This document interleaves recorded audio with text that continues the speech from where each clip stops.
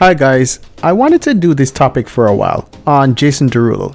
Now, I came across Jason a few years ago.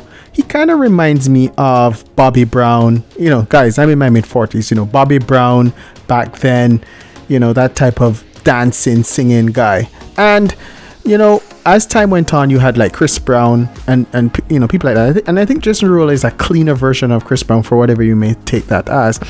Now, he recently got in trouble because, you know, he was insulted by, you know, they'd say a fan or a person. And then he, you know, lunged at the person. And it's alleged that, you know, he punched the guy. Now, this is the second time this has happened in recent weeks. You know, we heard about Kanye and this issue happening. And a lot of times these guys are walking with security guards, and you'll see in the footage that he does have a security guard. I'm not sure why these guys feel the necessity to confront, you know, people. And I think it's part of the culture of not seeming weak, you know, for whatever that means, right? But anyhow, I hope that Jason stays out of this type of nonsense, because this doesn't fit him well. It doesn't suit him, and it makes no sense to do this.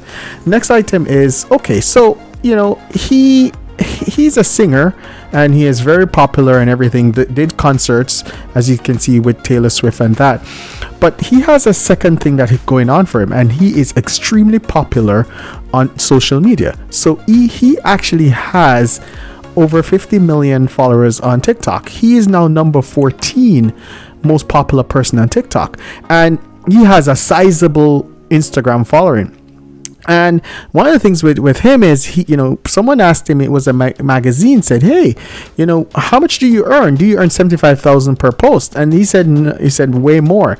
And if you look at the posts that he does on TikTok, and you'll see some of them as we go forward, that they are pretty, I would say there's some level of being theatrical on them, right? So you can see that he puts a lot into them, and you know, it's product. You could see the subtlety of the product placement in his posts, because he does a lot of stuff with chocolate, right?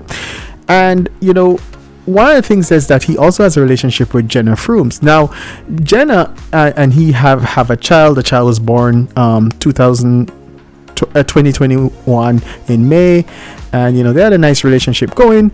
She's an influencer, and as an influencer, you know, basically, and I've covered influencers before, you know, they have clout, you know, and they monetize that clout normally by different ways. But for her, she has dated quite a few people. So she dated Jesse Lingard, who's a footballer, and I've watched him a few times in the EPL, English professional league.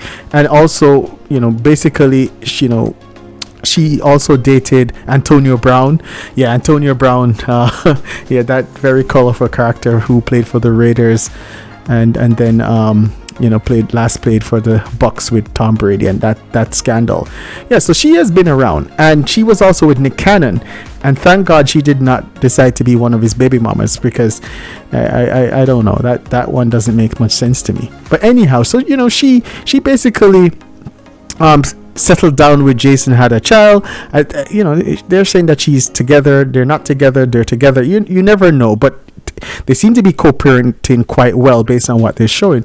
But one thing, if you look at Jena Frumes, she looks very similar to Brittany Renner. She looks very similar to Ash Cash. Seems like these guys have a preference. I wouldn't use the word preference. They like a certain type of woman, and it's obvious to me, right? Yeah. So anyhow, you know, one of the things that, you know, we can see is that, you know, this guy, he's a father. You can see he's very involved. He's very, and he also does a lot on the TikTok side of things and his theatric stuff that he's doing.